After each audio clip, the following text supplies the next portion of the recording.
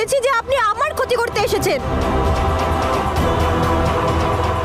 যদি তোমার মা বাবা এতই সত্যবাদী হয় তাহলে যাও গিয়ে জিজ্ঞেস করো তোমার বাবা মাকে তুই তোমার থেকে এত বড় কথাটা লুকিয়ে গেল কেন? কেন বলছি না তোমাকে যে তোমার আসল মা বাবা কে? তোমরা কি আমার রিয়েল মামা বাবা নও? তোমার মায়ের নাম জ্যাসমিন, নূরের মা, ওই তোমারও মা। আগেও আপনি এইভাবে আমার জীবনে আমার অস্তিত্বকে চ্যালেঞ্জ করেছিলেন, তখন আমি 6 বছরের ছিলাম। কিন্তু তখন না আমার কাছে ওপরওয়ালার আশীর্বাদ রূপে তখন আমার কাছে আমার মাম্মা বাবা ছিল। তখন ওনারা আপনার এই বিষিয়ে দেওয়া অপবাদ মুছে দিয়েছিল। ওনারা আমার ওপর বিশ্বাস করেছিল। ওনারা আমাকে এতটাই ভালোবেসেছিল যে আমি আজও মনে জোর নিয়ে চলতে পারি। আর আমার মনের জোর এতটাই যে আমি নিজেকে আর আমার পরিবারকে আপনার ছলনা থেকে বাঁচানোর সাহস রাখি। আরে নম্রতা, খারাপ লাগছে তোর? রাগ হচ্ছে বুঝি? রাগ তো হওয়ারই কথা। আচ্ছা দেখ, তুই আমার কথাটা বোঝ। আমি কি করে যে বোঝাই তোকে।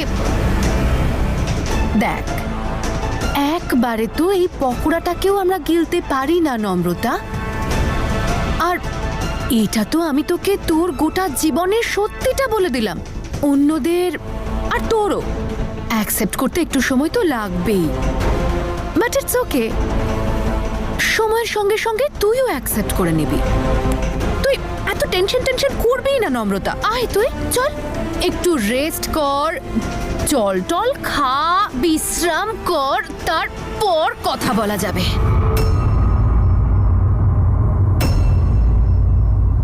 রুদ্রশেখর, বলো না তোমার বৌমাকে ভদ্রভাবে যাতে কথা বলে আমার সাথে। আঙ্কেল, অদিত, আপনারা ওনার কথা একদম বিশ্বাস করবেন না। উনি একজন সাংঘাতিক মহিলা। যে কোনো কারোর জীবন নষ্ট করে দেওয়া ওনার পেশা। যেরকম উনি আমার মাম্মা বাবার সাথে করেছেন।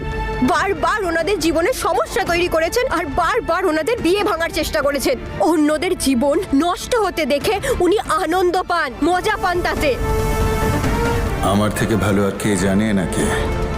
নিজের বোন আর তার স্বামীকে শেষ করে আমার সাথে নাটক করে গেছে।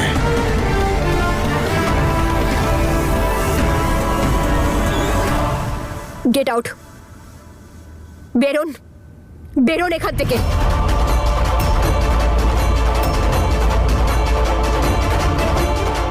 বেরিয়ে যান, বেরিয়ে যান বলছি। রুদ্রশেখর, তোমার বৌমা তো আমাকে ধাক্কা মেরে বের করে দিচ্ছে। ঠিক আছে তাহলে চলেই যাচ্ছি। নম্রতা, জাস্ট শাট আপ। আমরা তো কথা বলছিলাম, আমরা সবকিছু বুঝে নিচ্ছি। আন্টি, আরে বাবা, অর্ধেক মুহূর্ত তোমার বউ নষ্ট করে দিল আর বাকি মুহূর্তটা তুমি নষ্ট করে দিচ্ছ। তোমাকে আর কোন ভাষাতে বলবো বলো তো? Do not call me aunty. আমার নাম জ্যাজ, আমাকে জ্যাজ বলে ডাকবে। ওকে, আই এম সরি জ্যাস। আমি শুধু আপনাকে এটাই জিজ্ঞেস করতে চাইছি, এইসব কিছু আপনি কেন করছেন? এরকম গল্প কেন শোনাচ্ছেন যা আজ পর্যন্ত কেউ শোনেনি? খবরদার যদি তুমি এটাকে গল্প বলেছ। এটা একটা গোপন কথা, এটা একটা লুকোনো তেতো সত্য কথা, ডার্ক সিক্রেট, ইউ নো। আর এই ডার্ক সিক্রেটের ওয়েবসাইটটা আছে জ্যাসমিনের কাছে।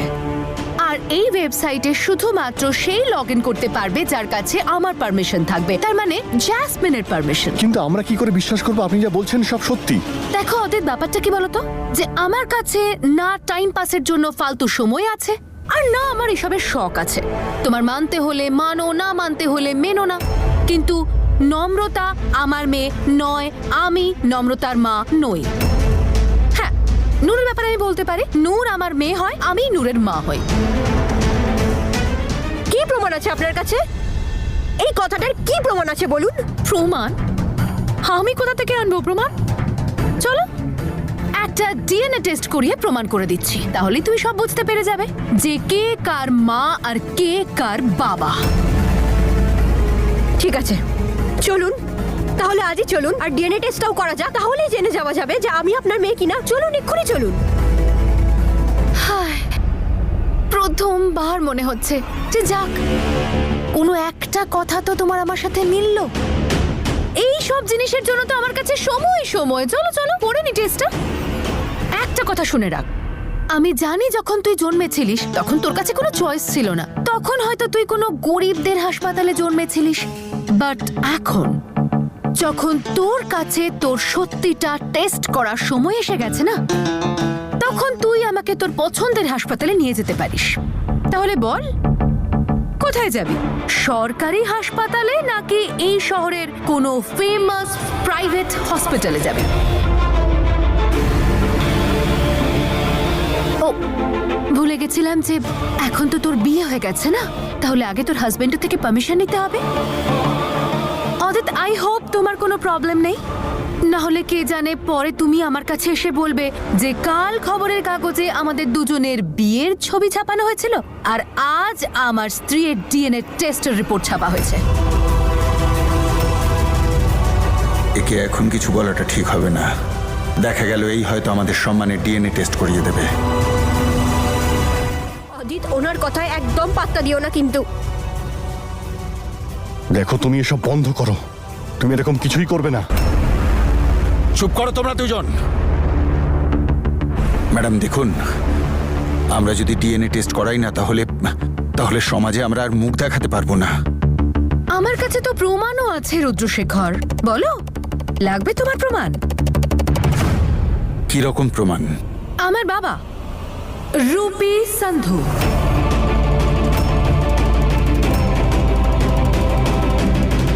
দাদু? হ্যাঁ নম্রতা, তোর দাদু। আরে তোমার দাদু তো তার মনে অনেক গোপন কথা লুকিয়ে রেখেছে, আর তার মধ্যে একটা গোপন কথা এটা। এক মিনিট, তার মানে রূপঙ্কর বাবু সব জানতেন, আর তার সত্ত্বেও উনি আমাদের কিচ্ছু জানাননি। উনি আমাদের ঠকিয়েছেন, তাহলে মিথ্যে বলেছেন। না আঙ্কেল, এইরকম হতেই পারে না। আমার দাদু এরকম করতেই পারে